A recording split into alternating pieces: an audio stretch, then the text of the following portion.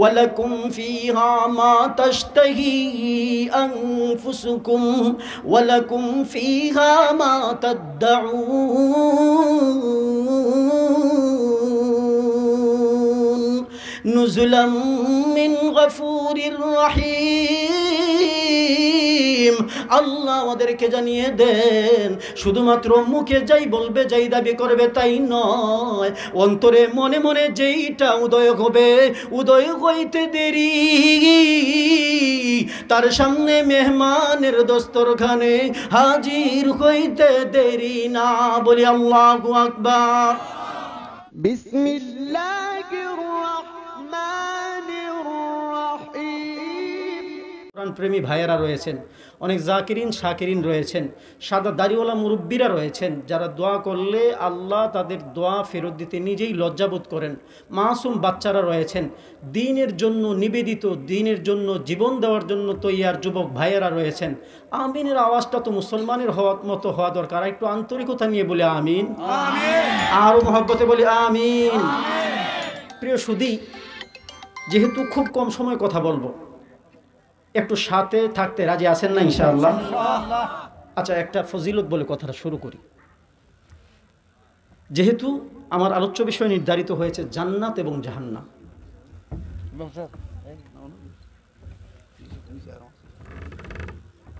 একটা জান্নাতে যাওয়ার জন্য একটা সহজ একটা কথা বলে আলোচনাটা শুরু করি। আগেই বলেছি গতানুগতিক বয়ান করব না, আমি এখন কথার ধাঁচ মোটামুটি এইরকমই রাখার চেষ্টা করি, যে আল্লাহ কোরআনে কি বলছেন, নবীজি হাদিসে কি বলছেন। কারণ আমি মনে করি আমার মতো সলিমুদ্দিন আর কলিমুদ্দিন ঘন্টার পর ঘন্টা বয়ান করার চাইতে আল্লাহর কোরআনের কয়েকটি আয়াত যদি আল্লাহ তেলাওয়াত করার তৌফিক দান করেন, আল্লাহ যদি দয়া করে আল্লাহ নবীজির হাদিস থেকে, অসংখ্য হাদিস থেকে এক দুইটা হাদিসের অর্থ বলার তৌফিক শুধু দান করেন, তাহলে আমার মতো নাখান্দা নালায়েক ঘন্টার পর ঘন্টা যুক্তি তর্ক নানান রকম কিচ্ছা কাহিনী বলে বোঝানোর চাইতে আল্লাহর কোরআনের একটা শুধুমাত্র আয়াতের তিলাওয়াতে, আল্লাহ নবীজির একটা হাদিসের অর্থ বলার মাঝে এবার কিয়ামত পর্যন্ত আল্লাহ হাজার গুণ, লক্ষ গুণ, কোটি গুণ হেদায়েত, নাজাত এবং নূর রেখেছেন। কথা ঠিক কিনা? আর একটু জোরে বলেন ঠিক কিনা? প্রিয় শুধু জান্নাতের আলোচনা শুনবো, ঘুমাইয়ে শোনার উপায় নাই। একটা হাদিস বলি, ইবনে মাজা শরীফের 3807 নম্বর হাদিস। যে হাদিসটা বলতেছি এই হাদিসটা পাবেন ইবনে মাজা শরীফের 3807 নম্বর হাদিস। নবী করিম সাল্লাল্লাহু আলাইহি ওয়াসাল্লাম একদিন হেঁটে হেঁটে যাচ্ছিলেন।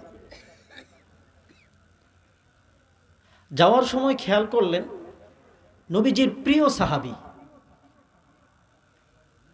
পৃথিবীতে কিয়ামত পর্যন্ত যত সাহাবী, যত আল্লাহর ওলিগণ আসবেন, নবীজির হাদিস বিষয়ে বিশেষজ্ঞ আসবেন, মুহাদ্দিস আসবেন, কিয়ামত পর্যন্ত যতজন আসবেন, স্বাভাবিক লোকদের মধ্যে, স্বাভাবিক ওলিদের মধ্যে, এমনকি সাহাবীদের মধ্যে সবচেয়ে বড় মুহাদ্দিস সাহাবী ছিলেন, যিনি সবচেয়ে বেশি হাদিস বর্ণনা করেছেন, হযরত আবু হুরায়রা রাদিয়াল্লাহু তাআলা আনহু।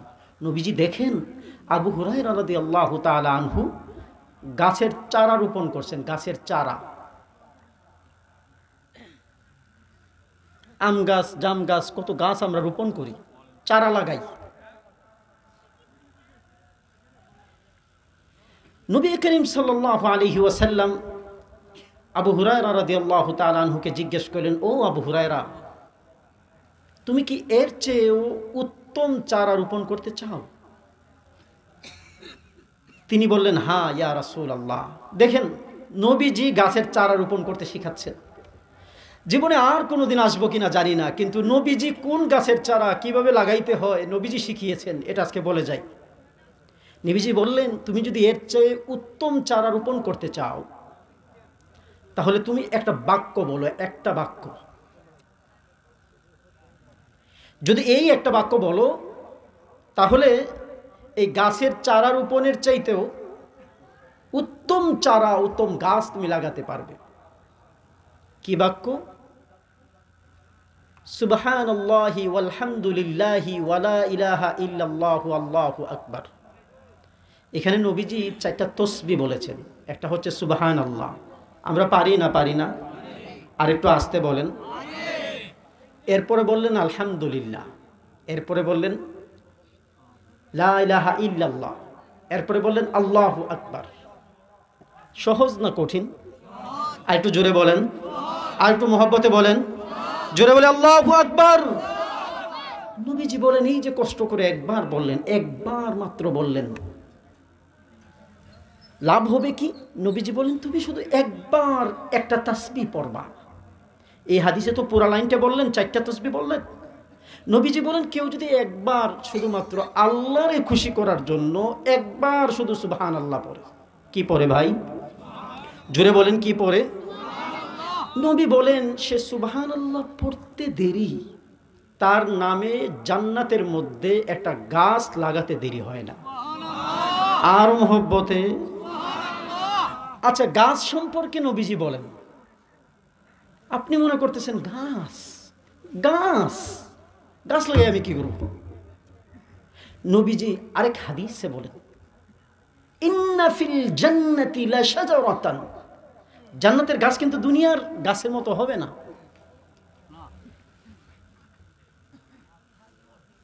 নিশ্চয়ই জান্নাতের মধ্যে একটা গাছ হবে। গাছটা কত বড়? নবীজি বলেন একজন ব্যক্তি, একজন আরোহী ঘোড়ায় চড়ে, ইয়াসিরুর রাকিবু ফি জিল্লিহা মিআতা আমিন, ঘোড়ায় চড়ে এই গাছটার চারপাশে যদি কেউ ঘুরতে থাকে, যে দেখি গাছটা একটু শেষ করে ঘুরে, গাছটা কত বড় চিন্তা করেন। নবীজি বলেন মিআতা আমিন, 100 বছর পর্যন্ত যদি শুধু দৌড়তে থাকে, ঘোড়া নিয়ে শুধু দৌড়তে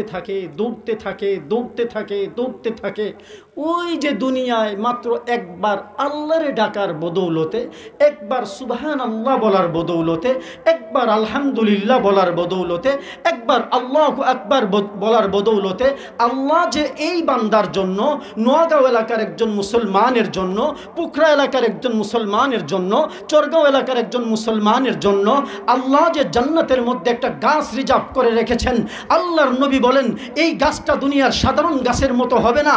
এই গাছটা এমন বড় একটা গাছ, আল্লাহ তার জন্য পুরস্কার হিসেবে দিবেন।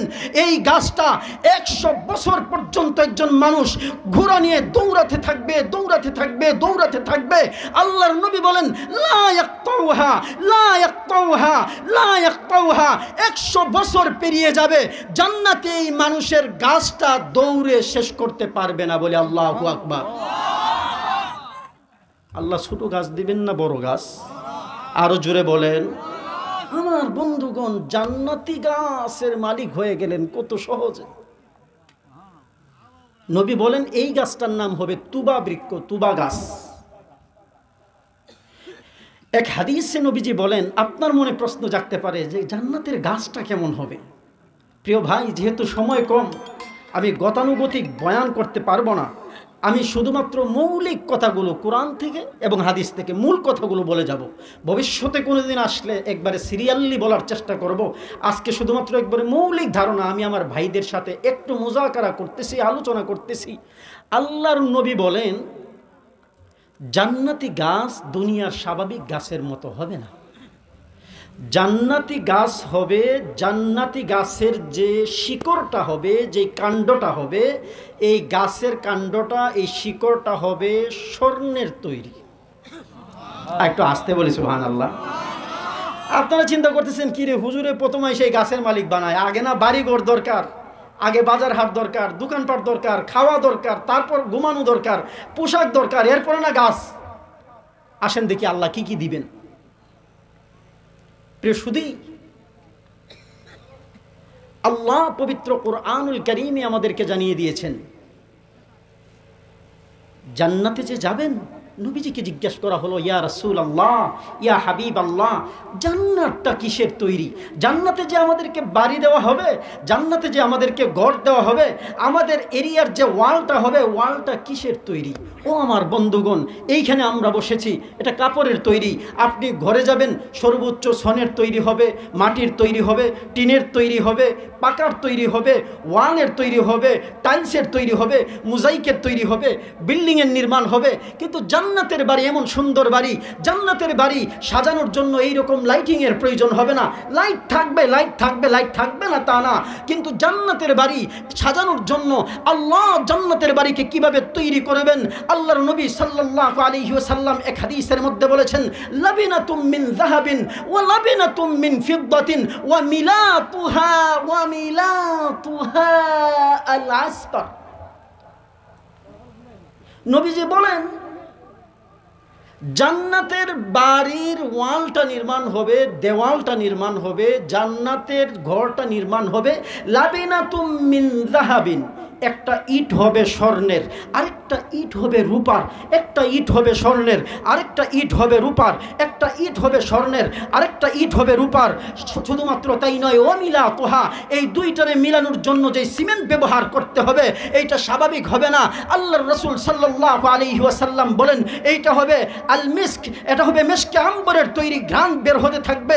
আল্লাহর নবী সাল্লাল্লাহু আলাইহি ওয়াসাল্লাম বলেন, যেই কঙ্কর ব্যবহার হবে এই কঙ্কর হবে মণিমুক্তার। আল্লাহর নবী সাল্লাল্লাহু আলাইহি ওয়াসাল্লাম বলেন, ও চরগাঁও এলাকার মুসলমানেরা, স্বর্ণের ইট থেকে সোনালী কালার, সূর্যের সোনালী কালার ঝলমল ঝলমল করতে থাকবে। রূপালী ইট থেকে রূপালী কালার, চাঁদের আলোর মতো চমৎকার কালার ঝলমল ঝলমল করতে থাকবে।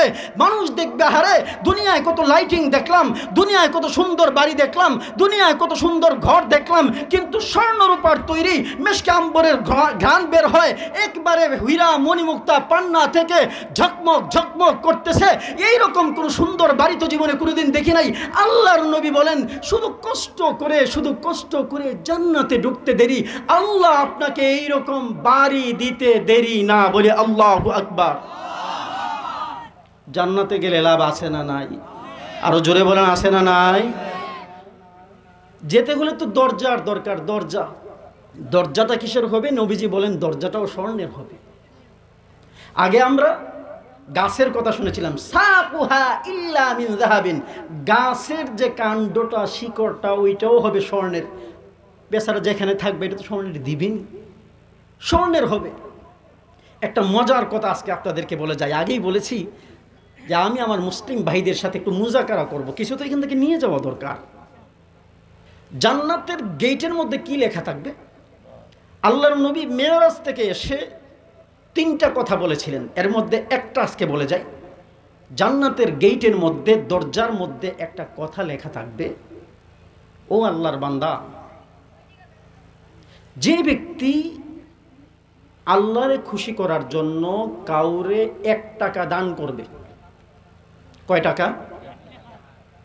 আল্লাহ খুশি হয়ে তারে 1টা পুরস্কার দিবেন না, আল্লাহ খুশি হয়ে তারে 10 টাকা দান করার সওয়াব দান করবেন। বলি সুবহানাল্লাহ। সুবহানাল্লাহ বললে এত বড় গাছ পাওয়া যায়, আর সুবহানাল্লাহর আওয়াজ এত কম। আর জোরে বলি সুবহানাল্লাহ।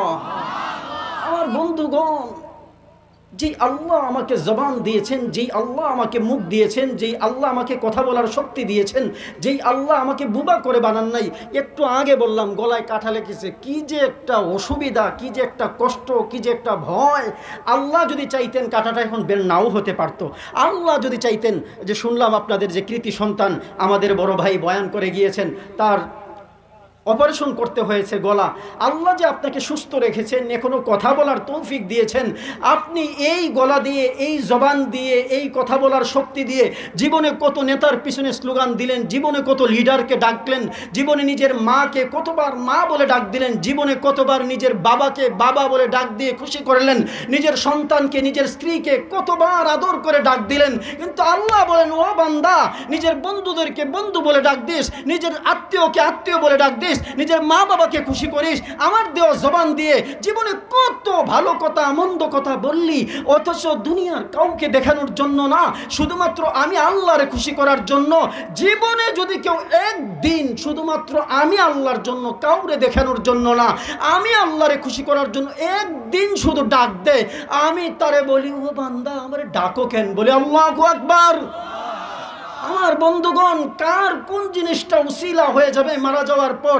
আল্লাহরে যদি বলতে পারি, আল্লাহ বেশি আমল তো করতে পারি নাই, কিন্তু ওই যে 5 জানুয়ারি চরগাঁও মাহফিলের মধ্যে একজন হুজুরের কথা শুনে একবার সুবহানাল্লাহ মন থেকে বলেছিলাম, আল্লাহ এই সুবহানাল্লাহ বললে আমার চাকরিতে প্রমোশন হবে না, আমি তা জানতাম। একবার সুবহানাল্লাহ জুড়ে বললে আমার ব্যবসার মধ্যে আলাদা কোনো ইনকাম হবে না, আমি তা জানতাম। আল্লাহ একবার সুবহানাল্লাহ বললে হুজুর আমাকে কোনো পুরস্কার দিবে না, আমি তা জানতাম। একবার সুবহানাল্লাহ বললে আমি এলাকার চেয়ারম্যান হয়ে যেতে পারবো, তা না, আমি তা জানতাম। আল্লাহ এরপরও দুনিয়ার কাউকে দেখানোর জন্য না, দুনিয়ার কাউকে খুশি করার জন্য না, দুনিয়ার কারো মারহাবা পাওয়ার জন্য না, আল্লাহ শুধুমাত্র তোমায় খুশি করার জন্য জীবনে একদিন আল্লাহ একবার সুবহানাল্লাহ বলেছিলাম। আল্লাহ সেই 5 তারিখের উসিলায় আজকে আমাদেরকে মাফ করে দাও, বলি আমিন। আরো জোরে বলে আমিন, জোরে বলে আল্লাহু আকবার। শুধুমাত্র আল্লাহরে দেখানোর জন্য বলে আল্লাহু আকবার। আমার বন্ধুগণ, আল্লাহর রাসূল সাল্লাল্লাহু আলাইহি ওয়াসাল্লাম ইরশাদ করেন, এত সুন্দর ঘর পাইলেন, আপনার তো খাওয়া দাওয়ার দরকার, খাওয়া দাওয়া করবেন কিভাবে? আল্লাহ কোরআনের আয়াত বলতেছি না, সময় কাবার হবে না মনে করে, একটু একটু বলা দরকার। আল্লাহ বলেন, ইন্নাল মুত্তাকিনা ফি মাকামিন আমিন ফি জান্নাতিন ওয়া উয়ুন ইয়ালবাসুনা মিন সুনদুসিন ওয়া ইস্তাবরাকিন মুতাকাবিলিন কাযালিকা ওয়া যাওয়াজনাহুম বিহুরিন ঈন يدعون فيها بكل فاكهة آمنين বলি আল্লাহু আকবার। ও আমার বন্ধু, আল্লাহু আকবার আমার কথার মধ্যে সুর নাই, আমি সুরের জন্য আল্লাহু আকবার বলার পক্ষপাতী না, কিন্তু আল্লাহ এমন সুন্দর কিছু পুরস্কার এইখানে ঘোষণা করেছেন। যারা জান্নাতে যাইবেন, জান্নাতে যাওয়ার মানুষদের জন্য আল্লাহ একটার পর একটা পুরস্কার ঘোষণা করেছেন। আল্লাহ কোরআনের মধ্যে ঘোষণা করেছেন, এক আয়াতের মধ্যে আল্লাহ বলেন, কুলু ওয়াশরাবু হানিআম বিমা কুনতুম তা'মালুন মুত্তাকিইনা আলা সুরুরিন মাসফুফা ওয়া যাওয়াজনাহুম বিহুরিন ঈন। বলি আল্লাহু আকবার। আল্লাহ এই আয়াতে বলেন, কুলু ওয়াশরাবু হানিআম বিমা কুনতুম তা'মালুন। ও বান্দা, দুনিয়ায় আমি হারাম করেছি, ওই জিনিসটা খাও নাই, আমি আল্লাহ নারাজ হয়ে যাব। অন্যকে ঠকাও নাই, আমি আল্লাহ না জানি নাখুশ হয়ে যাব। এই জন্য সুদ ঘুষ থেকে বিরত থেকেছ, কষ্ট করে আমি আল্লাহরে খুশি করে আজকে যেহেতু জান্নাতে এসেই পড়েছ, আমি আল্লাহ তোমাকে ঘোষণা করলাম, কুলু ওয়াশরাবু হানিআম বিমা কুনতুম তা'মালুন। দুনিয়ায় যে তুমি নেক আমল করেছিলা, এর বদৌলতে আমি আল্লাহ জান্নাত তোমার জন্য অবারিত করে দিলাম। তোমার যা ইচ্ছা খাও, যা ইচ্ছা পান করো, তোমার কোনো বাধা নাই, তোমার যা ইচ্ছা খাইতে পারো, কোনো সমস্যা নাই। বলে আল্লাহু আকবার। শেষের আয়াতে যে আয়াত তেলাওয়াত করেছি, এই আয়াতে আল্লাহ বলেন, তুমি পরিতৃপ্তি সহকারে খাইতে থাকো, খাইতে থাকো, খাইতে থাকো। এর আগে যে আয়াত তেলাওয়াত করলাম, এই আয়াতে আল্লাহ বলছেন কি খাবেন। এই প্রসঙ্গে আরেকটা কিচ্ছা বলি। আব্দুল্লাহ বিন সালাম রাদিয়াল্লাহু তাআলা আনহু ইহুদিদের মধ্যে অনেক বড় একজন পণ্ডিত ছিলেন। বুখারী শরীফে এই ঘটনা এসেছে, একবারে সংক্ষেপ, সময় কম। তিনি নবীজিকে 3টা প্রশ্ন করলেন, আপনি নাকি মুসলমানদের নবী, আপনাকে 3টা প্রশ্ন করতে চাই, এই 3টা প্রশ্নের জবাব যদি আপনি দিতে পারেন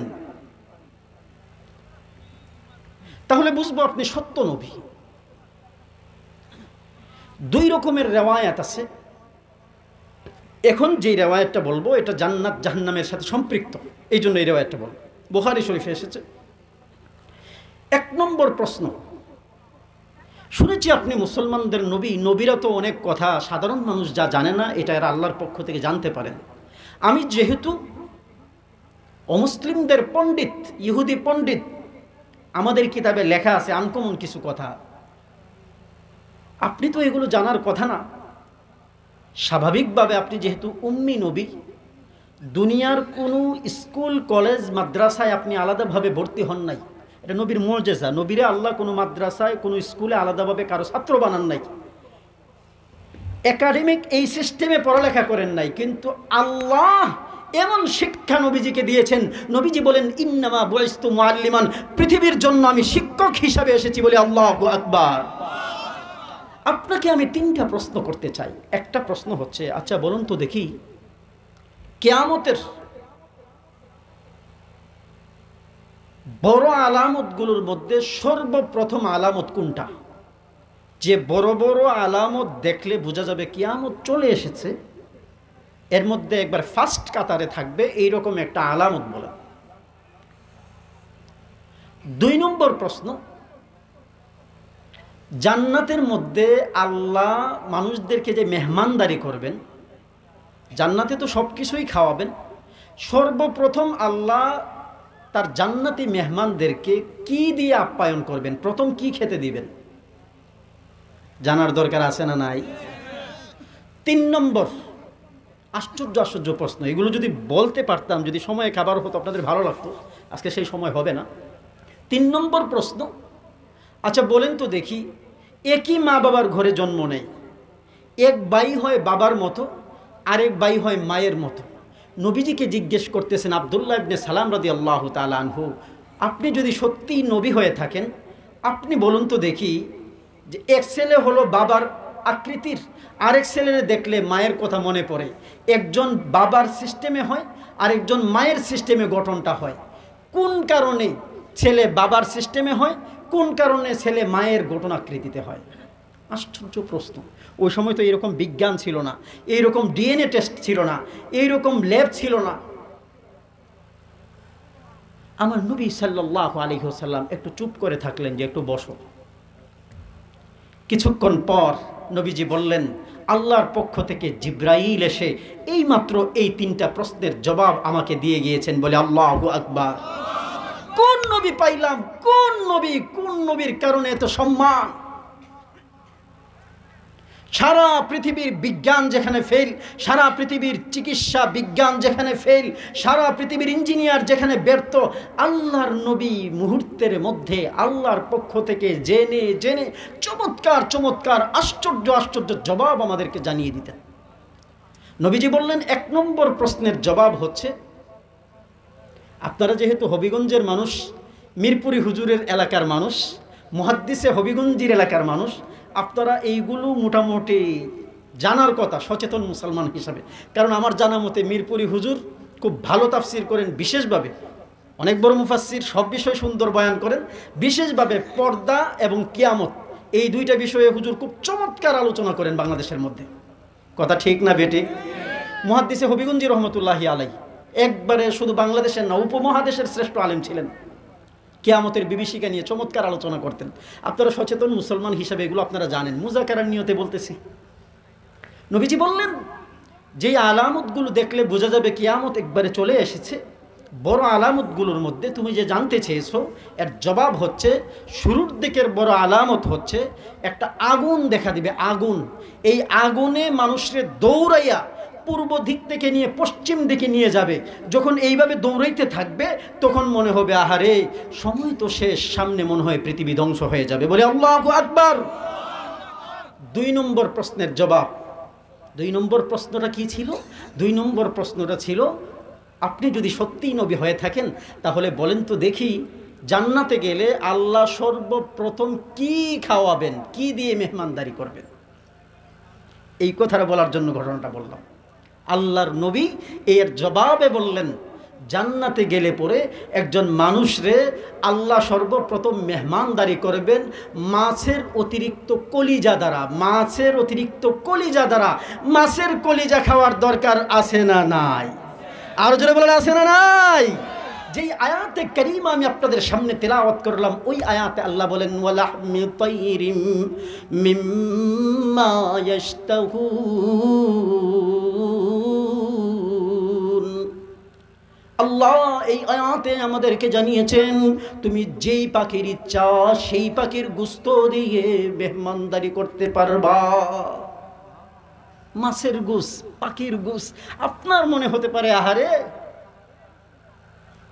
দুনিয়ায় থাকতে বাপদাদার মুখে শুনেছি চরগাঁও, আমি জানি না এই এলাকার মধ্যে হাওর আছে কিনা, চরগাঁও এলাকার হাওরের মধ্যে আগে অনেক বক পাখি পাওয়া যেত, অমুক পাখি পাওয়া যেত, তমুক পাখি পাওয়া যেত।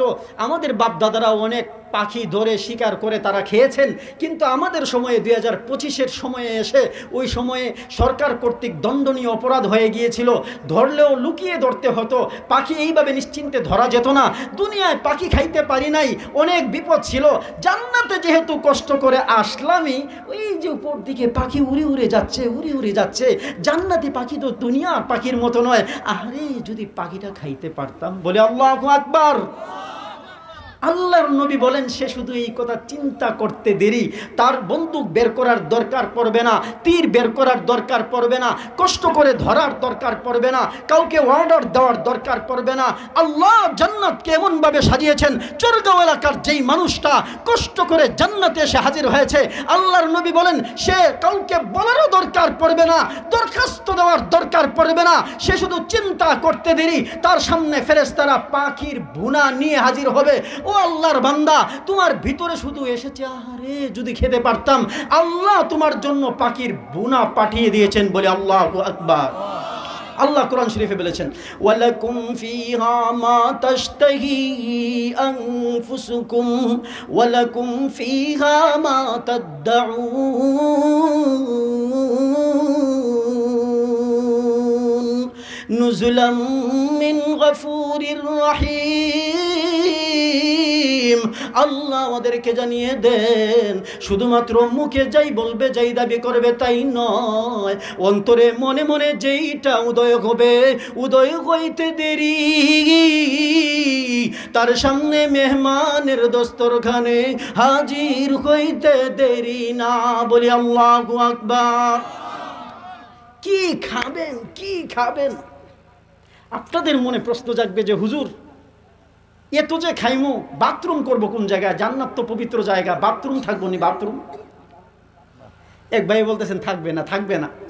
বলে যাই, আল্লাহর নবী বলেন জান্নাত এমন পবিত্র জায়গা, অপবিত্রতার কোনো জায়গা এখানে নাই। হাদিস শুনাই, হাদিস। নবীজি বলেন জান্নাতে যখন কেউ ঢুকে পড়বে, লা ইয়াবুলুনা ওয়ালা ইয়াতাগাওয়াতুনা ওয়ালা ইয়ানতাখিতুনা ওয়ালা ইয়াতফিলুনা। নবীজি এখানে কয়েকটি কথা বলেছেন। লা ইয়াবুলুনা, তার পেশাব করার কোনো দরকার পড়বে না। ওয়ালা ইয়াতাগাওয়াতুনা, তার বাথরুম করার কোনো দরকার পড়বে না। ওয়ালা ইয়াতফিলুনা বা ওয়ালা ইয়াতফুলুনা ওয়ালা ইয়ানতাখিতুনা, তার থুতু ফেলারও কোনো দরকার পড়বে না। সেপ পালাই না, সেপ, থুতু ফেলারও কোনো দরকার পড়বে না। তার নাক পরিষ্কার করারও কোনো দরকার পড়বে না। আল্লাহ এমন পবিত্র জায়গা, পেশাবও নাই, বাথরুমও নাই, মুখের থুতুও নাই, নাকের অপরিচ্ছন্নতাও নাই।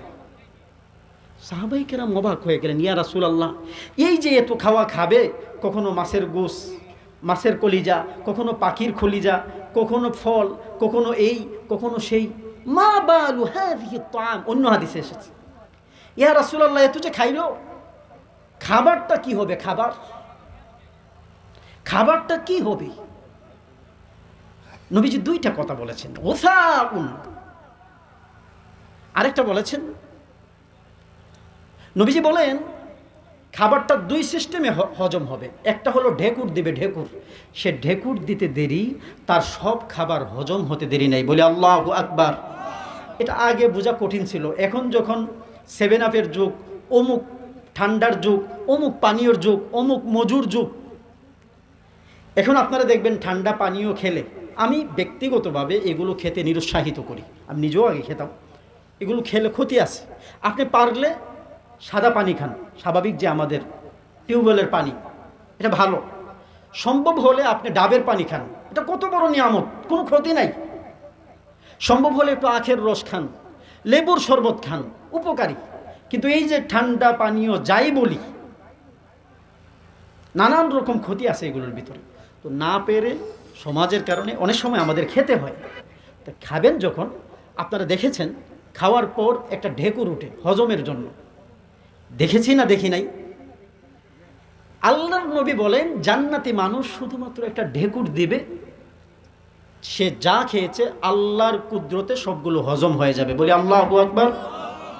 আরেকটা জিনিস হবে, নবীজি বলেন 2 নম্বর, তার শরীরে ঘাম বের হবে, ঘাম। তবে দুনিয়ার ঘামের মতো নয় যে কতক্ষণ ঘেমে থাকলে ঘর্মাক্ত হলে শরীরে গন্ধ হবে, না। নবীজি বলেন কাল মিস্ক, তার ঘাম হবে সুগন্ধির ন্যায়, মেশকে আম্বরের ঘ্রাণ বের হবে তার ঘাম থেকে। বলে আল্লাহু আকবার। এই ঘামের সাথে তার এই হজমটা হয়ে যাবে, শরীর থেকে অপ্রয়োজনীয় যতটুকু জিনিস বের করা দরকার আল্লাহ বের করে দেবেন। এটা আল্লাহর কুদরত। আমার বন্ধুগণ, জান্নাতের বয়ান করলে রাত পোহায়া যাবে, বয়ান শেষ হবে না। আপনাদের মনে প্রশ্ন জাগতে পারে, হুজুর খাবার তো বুঝলাম, যা ইচ্ছা তা খাইমু, সব পাওয়া যাবে, তা বুঝলাম,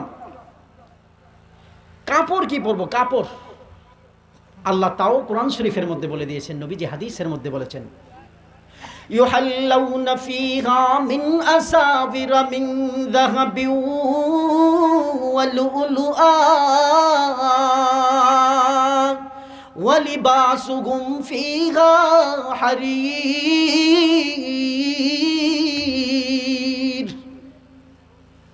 ইউহাল্লাউনা ফীহা মিন আসাবিরা মিন যাহাব। ও আমার মা বোনেরা, কান খুলে শুনে রাখেন। ও আমার যুবক ভাইয়েরা, ভালো করে মনে রাখবেন।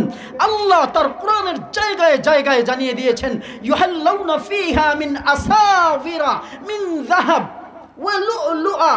যারা জান্নাতে যাইবে, দুনিয়ার মধ্যে আপনার খুব শখ ছিল, আহারে এলাকার চেয়ারম্যান সাহেবের ছেলে দেখেছি কানের মধ্যে একটা স্বর্ণের দুল লাগাতো। আল্লাহর নবী নিষেধ করেছেন পুরুষদের জন্য স্বর্ণ পরা হারাম, এই জন্য পরি নাই।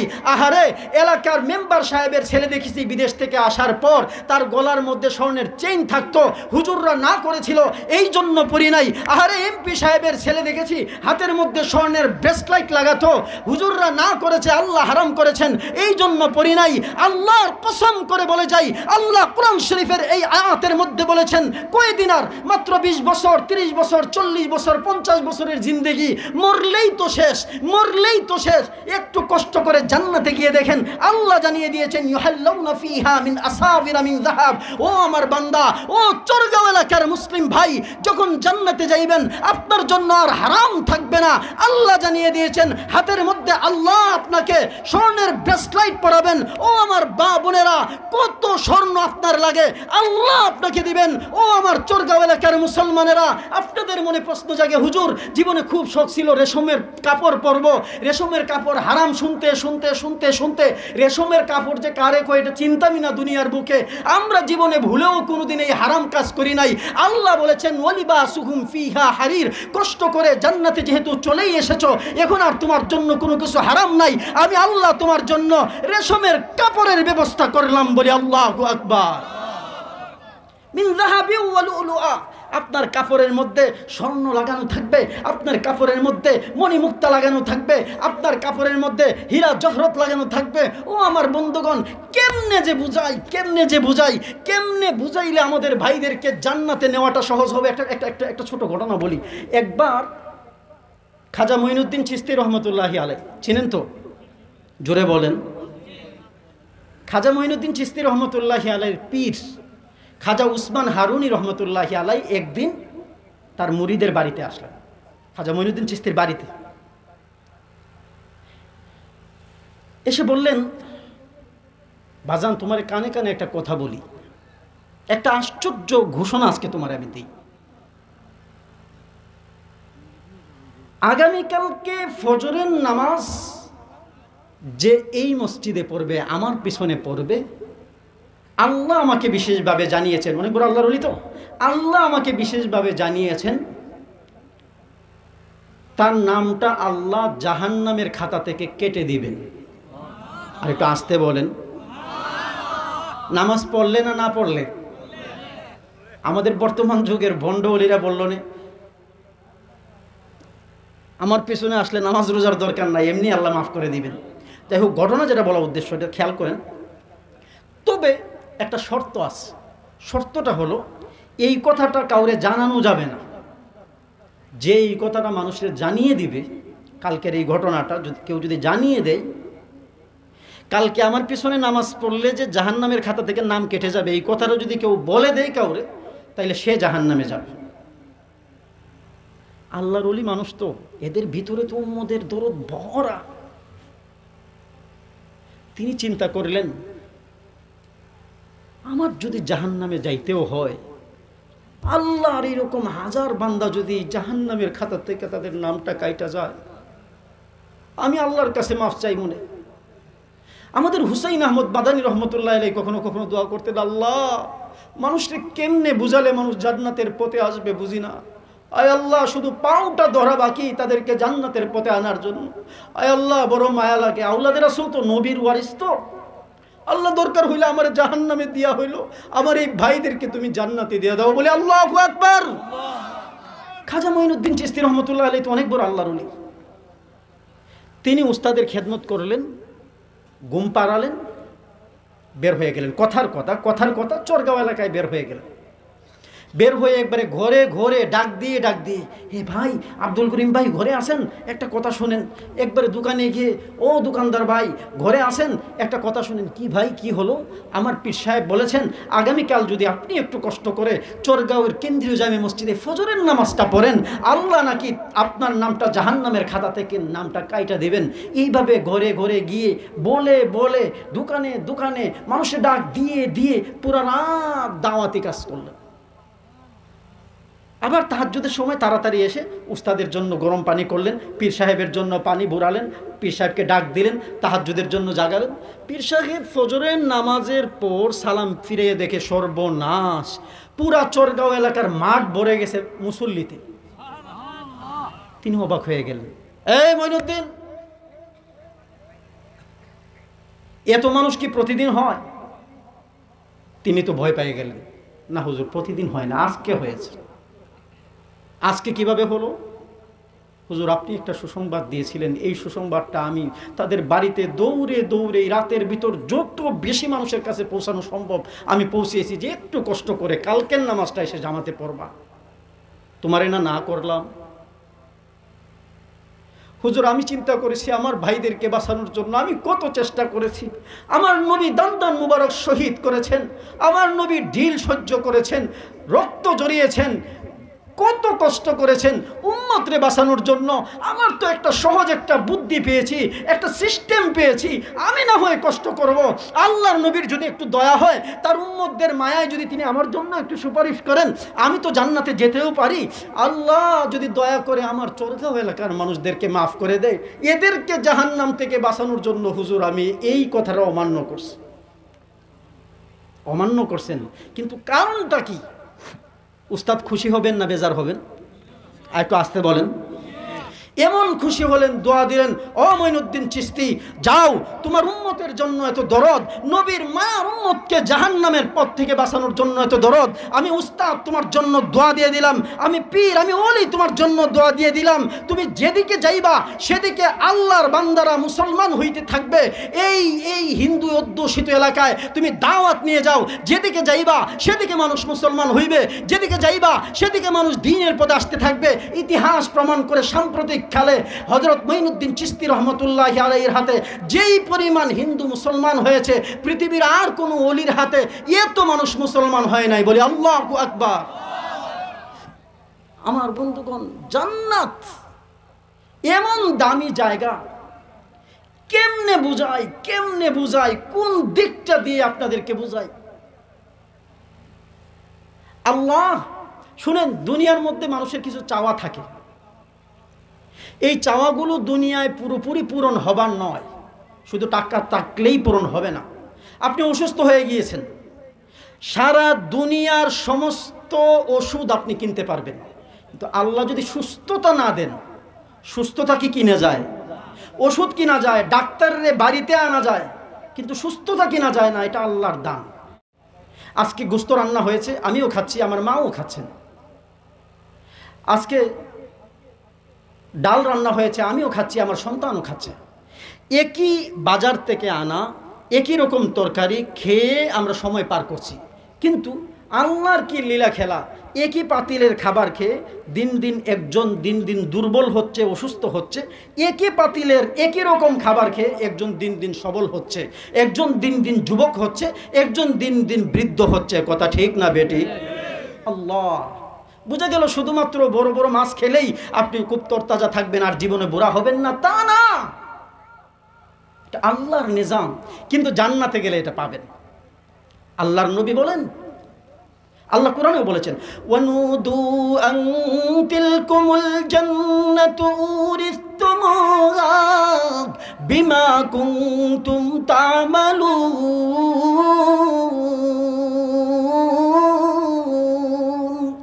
আল্লাহর নবী সাল্লাল্লাহু আলাইহি ওয়াসাল্লাম বলেন, জান্নাতে যাওয়ার পর একজন ঘোষক ডাক দিয়ে বলবে, শুনো রে, তোমাদেরকে আল্লাহ সুস্থতা দান করেছেন, আনতাসিহু ওয়ালা তাসকামু আবাদান। জান্নাতে এসেছো, এখন আর কোনো অসুস্থতা নাই, আর কোনো রোগ নাই, জ্বর নাই, কাশি নাই, সর্দি নাই, আর কোনো মাথা ব্যথা নাই, পেট ব্যথা নাই। জান্নাত এমন আরামের জায়গা, এইখানে জীবনে কোনোদিন অসুখ হবে না। বলে আল্লাহু আকবার। আপনাদের মনে প্রশ্ন জাগে, হুজুর দুনিয়ার মধ্যে আমাদের কাপড়টা তো ময়লা হয়ে যায়, ধুইতে হয়, ওয়াশিং মেশিনের প্রয়োজন হয়, আমরা এত কষ্ট কিভাবে করব? আল্লাহর নবী এক হাদিসের মধ্যে বলেছেন, লা তাবলা ফিয়াবুহু ওয়ালা তাফনা শাবাবুহু। জান্নাতের মধ্যে যে কাপড় পরবেন, কাপড় কোনোদিন ময়লা হবে না। বলে আল্লাহু আকবার। মনে হয় সহজ মনে হইল, জুড়ে বলে আল্লাহু আকবার। ওয়ালা তাফনা শাবাবুহু, জান্নাতে গিয়ে কেউ কোনোদিন বুড়া হবে না। বয়স কত হবে এটাও নবীজি বলে দিয়েছেন, হাদিসে এসেছে 30 থেকে 33, 30 থেকে 33, 30 থেকে 33। হাদিসে এসেছে জুরদুন মুরদুন কুহলুন, জুরদান মুরদান কুহলান, দাড়িহীন গুফহীন, সুরমা লাগানো সুন্দর চেহারার যুবক হবে। ও বুড়া বাবা, আপনার মন খারাপের দরকার নাই। ও ছোট ভাই, আপনার মন খারাপের দরকার নাই। ও যুবক ভাই, ও অসুস্থ ভাই, আল্লাহর নবী বলেছেন জান্নাতটা কোনো মতে শুধু অর্জন কইরা যান, আপনার জীবনে বয়স বাড়বে না, সব সময় আপনি 30 বছরের যুবক থাকবেন। বলে আল্লাহু আকবার। বডিটা কেমন হবে? বডি আল্লাহর নবী আরেক হাদিসের মধ্যে বলেছেন, সিত্তুনা যিরান, আদম আলাইহিস সালাতু ওয়াস সালামের সমান বডি হবে। সুবহানাল্লাহ, হচ্ছে তো কম। আপনারা চিন্তা করতেছেন, আমি তো দুনিয়ার মধ্যে কালো ছিলাম, আমার চেহারা কেমন হবে হুজুর, এটা একটু বলেন দেখি। আল্লাহর নবী বলেন, জান্নাতি এক একজন মানুষের বয়স হবে, যুবক বয়স 30 থেকে 33 বছরের বয়স হবে। বলে আল্লাহু আকবার। আচ্ছা দেখি আল্লাহু আকবারের আওয়াজ আল্লাহরে খুশি করা যায় কিনা। আল্লাহর নবী বলেন এক একজন মানুষ এমন সুন্দর হবে, সৌন্দর্যের দিকে সে হবে ইউসুফ আলাইহিস সালাতু ওয়াস সালামের মতো। আল্লাহর নবী বলেন চরিত্র এমন সুন্দর হবে, জান্নাতি চরিত্র হবে মুহাম্মাদুর রাসূলুল্লাহ সাল্লাল্লাহু আলাইহি ওয়াসাল্লামের মতো। বলে আল্লাহু আকবার। লম্বায় এমন সুন্দর বডি স্ট্রাকচার হবে, সে যদি কিয়ামতের আগের সময়ের ছোট মানুষও হয়, আল্লাহর নবী বলেন সিত্তুনা যিরান, সে আদম আলাইহিস সালাতু ওয়াস সালামের মতো 60 হাত লম্বা মানুষ হবে। বলে আল্লাহু আকবার। আমার বন্ধুগণ, দুনিয়ায় আপনি বৃদ্ধ হয়ে যান, আপনার আফসোস, জান্নাতে বৃদ্ধ হতে হবে না। দুনিয়ায় আপনার অসুখ হয়, আপনার আফসোস, জান্নাতে আপনার অসুখ হবে না। দুনিয়ায় আপনি খুব গরিব, জান্নাতে আপনি স্বর্ণ রূপার কাপড় পরে পরে ঘুরবেন, হাতে ব্রেসলাইট দিয়ে দিয়ে ঘুরবেন, রেশমের কাপড় পরে পরে ঘুরবেন। আল্লাহর নবী সাল্লাল্লাহু আলাইহি ওয়াসাল্লাম এত সুসংবাদ দিয়েছেন। আচ্ছা, জান্নাতে খাবারের কথা শুনলাম, আপনি বলবেন যে হুজুর একটু আগে আপনি 7 আপ এগুলোর বিরুদ্ধে বলছেন, ডাবের পানি খাইতে বলছেন, জান্নাতের মধ্যেও গিয়ে কি 7 আপ এগুলো পাওয়া যাবে? জান্নাতের মধ্যে গিয়েও কি কোনো ড্রিঙ্কস পাওয়া যাবে কি না? দুনিয়ায় তো আপনারা না করেছেন, এই জন্য মদ খাই নাই, বদকা খাই নাই, গাঁজা খাই নাই, ফেন্সিডিল খাই নাই, হিরোইন খাই নাই। ও আল্লাহর বান্দা শুনেন, আল্লাহ পাক রব্বুল আলামিন পবিত্র কোরআনুল কারীমের মধ্যে আমাদেরকে জানিয়ে দিয়েছেন শুধুমাত্র আপনার জন্য খাবারের ব্যবস্থা থাকবে তাই নয়, পানিও যে কত রকম থাকবে। আল্লাহ কোরআন শরীফে বলেছেন, মাসালুল জান্নাতিল্লাতী উইদাল মুত্তাকুন ফিহা আনহারুম মিন মাইন গায়রি আসিন ওয়া আনহারুম মিন লাবানিন লাম ইয়াতাগায়্যার তা'মুহু ওয়া আনহারুম মিন খামরিন লাযযাতিন লিশ-শারিবিন ওয়া আনহারুম মিন আসালিন মুসাফফা ওয়া লাহুম ফিহা মিন কুল্লি الثمرات ومغفرة من ربهم বলি আল্লাহু আকবার। শুধুমাত্র আপনারে কয়েক রকমের ড্রিঙ্কস দেওয়া হবে তাই না, যে এইটা 7 আপ, এইটা আরসি, এইটা মজু, এইটা কোকাকোলা, এইটা অমুক, এইটা তমুক, না না না। আল্লাহর নবী বলেন জান্নাতের মধ্যে আল্লাহ পাক রব্বুল আলামিন 4টা নহর জারি করে দিবেন, ঝর্ণা জারি করে দিবেন। দুনিয়ায় ঝর্ণা দেখতে আপনি মাধবকুণ্ড যান, জাফলংয়ে যান, অমুক জায়গায় যান, তমুক জায়গায় যান, ওইগুলো হচ্ছে পানির ঝর্ণা। বেশির চেয়ে বেশি গরম পানির ঝর্ণা দেখতে আপনারা সীতাকুণ্ডে যান। আল্লাহর নবী বলেন, আল্লাহ কোরআনে জানিয়ে দিয়েছেন জান্নাতের ঝর্ণা হবে 4 রকমের। কয় রকমের ভাই? কয় রকমের ভাই? 4 রকমের। মাসালুল জান্নাতিল্লাতী ওয়াইদাল মুত্তাকুন ফিহা আনহারুম মিন মাইন গায়রি আসিন। একটা হবে এবারে মজাদার পানির ঝর্ণা, খাইলেই ভালো লাগবে, খাইলেই ভালো লাগবে, খাইলেই ভালো লাগবে, বলি আল্লাহু আকবার। ওয়ানহারুম মিন লাবানিন লাম ইয়াতাগায়্যার তা'মুহু। আরেকটা ঝর্ণা হবে, এটা দিয়ে দুধ যাবে, দুধ দুধ। হায় রে, খাঁটি দুধ তো আপনারা কিছু পান, ঢাকায় এগুলো পাওয়া যায় না। আরে কত জাতের। আগে কথা ছিল যে হুজুর, ও চাচা আপনি কি দুধের সাথে পানি মিশান নাকি? না বাতিজা, দুধের সাথে পানি মিশাই না, পানির সাথে দুধ মিশাই।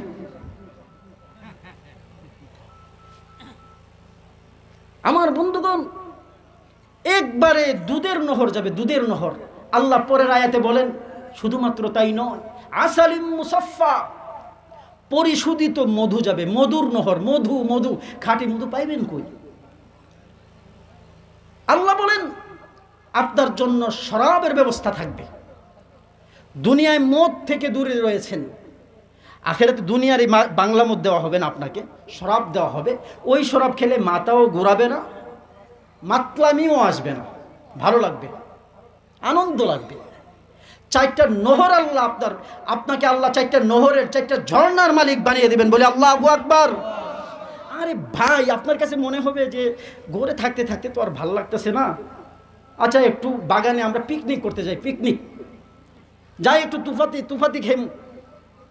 আল্লাহর নবী বলেন জান্নাতের মধ্যেও আল্লাহ জান্নাতি বান্দারা চাইলে তাদেরকে তাঁবুর ব্যবস্থা করে দেবেন, তাঁবু।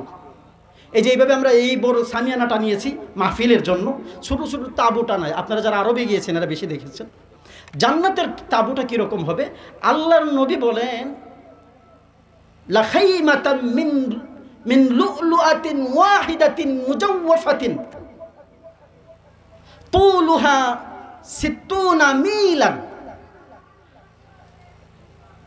জান্নাতের যে তাঁবুটা আল্লাহ দিবেন একজন জান্নাতের জন্য, খেয়াল করেন, আপনার পিকনিক খাইতে মনে চাইতেছে, আল্লাহ আপনার কত বড় তাঁবু দিতেছেন দেখেন। তাঁবুটা কিসের তৈরি? তাঁবুটা হচ্ছে মণি মুক্তার তৈরি, মণি মুক্তার তৈরি। মিন লুলুআতিন ওয়াহিদাতিন মুজাওয়াফাতিন, একটা ফাফা মণি মুক্তার ভিতরে আস্ত একটা তাঁবু থাকবে। এটা হবে 60 মিলান, 60 মাইল লম্বা, বলে আল্লাহু আকবার। এই তাঁবুর প্রতিটা খুঁটির কাছে একজন করে আপনার জন্য বউ থাকবে। কি থাকবে? বউ, আহলুন, পরিজন থাকবে। আমার বন্ধুগণ, কয়টা বলবো, কয়টা? আপনার মনে প্রশ্ন জাগতে পারে, হুজুর আমার যখন খারাপ লাগে তখন বালিখাল বাজারে যাই আড্ডা দেওয়ার জন্য, হবিগঞ্জ চৌধুরী বাজারে যাই আড্ডা দেওয়ার জন্য। জান্নাতে কি বাজারও থাকবে? বাজার আল্লাহর নবী বলেন জান্নাতের মধ্যে বাজারও থাকবে। ইন্না লিল মুমিনি ফিল জান্নাতি লাসুকান, নিশ্চয়ই জান্নাতের মধ্যে একটা বাজার থাকবে। ইয়াতুনাহা কুল্লা ইয়াউমি জুমআ, প্রত্যেক জুমায় জান্নাতি লোকরা প্রত্যেক শুক্রবারে প্রত্যেক জুমার দিনে বাজারে যাবে। বলে আল্লাহু আকবার। পার্থক্য কি শুনেন, পার্থক্য কি? তাহুব্বু রিহুশ শিমাল, ওই বাজারে যাওয়ার পরে উত্তর দিক থেকে একটা খুব আরামদায়ক একটা বাতাস আসবে। এই বাতাস তার শরীরে লাগবে, তার কাপড়ে লাগবে। খেয়াল করেন, আপনি বালিখাল বাজারে গেলে, আমি জানি না, মন খারাপ করেন না, বালিখাল বাজারে গেলে কিংবা চৌধুরী বাজারে গেলে কিংবা আমাদের দেশের যে কোনো একটা বাজারে গেলে আপনার কাপড়ের মধ্যে ময়লা লাগে, ধুলা লাগে, আপনার এসে বাড়িতে ফ্রেশ হতে হয়, অজু করতে হয়, হাত ধুতে হয়, গোসল করতে হয়। কিন্তু জান্নাতের বাজারে ঠিক উল্টা। শুক্রবারে যখন বাজারে যাবে আল্লাহর নবী বলেন উত্তর দিক থেকে এমন সুন্দর জান্নাতি হাওয়া আসবে, এই হাওয়াটা আপনার শরীরে রাখবে, এই হাওয়াটা আপনার কাপড়ে লাগবে, লাগার কারণে ফায়াজদাদুনা হুসনা ওয়া জামালা। দুনিয়ার বাজারে গেলে শরীর ময়লা হতো, কাপড় ময়লা হতো, গোসল করতে হতো, আর জান্নাতের বাজারে আপনি ঘুরতে গিয়েছেন, সেইখানের জান্নাতের হাওয়া লেগে আপনার চেহারার সৌন্দর্য বাড়তেই থাকবে, বাড়তেই থাকবে, বাড়তেই থাকবে। বলে আল্লাহু আকবার। লাভ আছে না নাই? আল্লাহ স্ত্রী দিবেন, স্ত্রী কমপক্ষে 70 জন স্ত্রী দিবেন। আচ্ছা হুজুর চলে আসছেন, আমি এখনই শেষ করে ফেলবো, না আরেকদিন আসবো ইনশাল্লাহ। প্রিয় সুধী, আমার বিষয় ছিল দুইটা, জান্নাত এবং জাহান্নাম। অনেক বড় আলেম আমার বড় ভাই চলে এসেছেন, আমি শুধু জান্নাতের আলোচনাটা কিছুটা শুধুমাত্র আয়াত এবং হাদিস বলে আপনাদেরকে একটু ধারণা দেওয়ার চেষ্টা করলাম।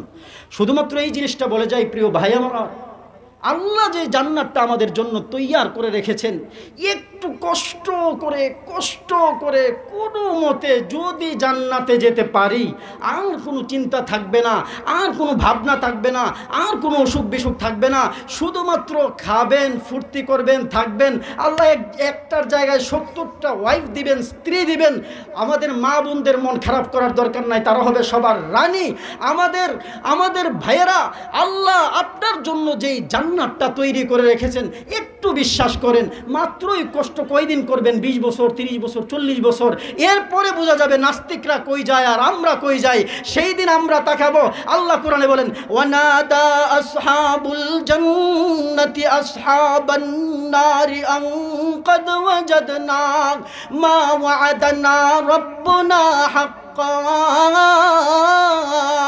আমার বন্ধু, এত পুরস্কার দেওয়ার পর আল্লাহ জিজ্ঞাসা করবেন, চরগাঁও এলাকার মানুষ, তোমার এতগুলো স্ত্রী দিলাম, এত সুন্দর শরীর দিলাম, এত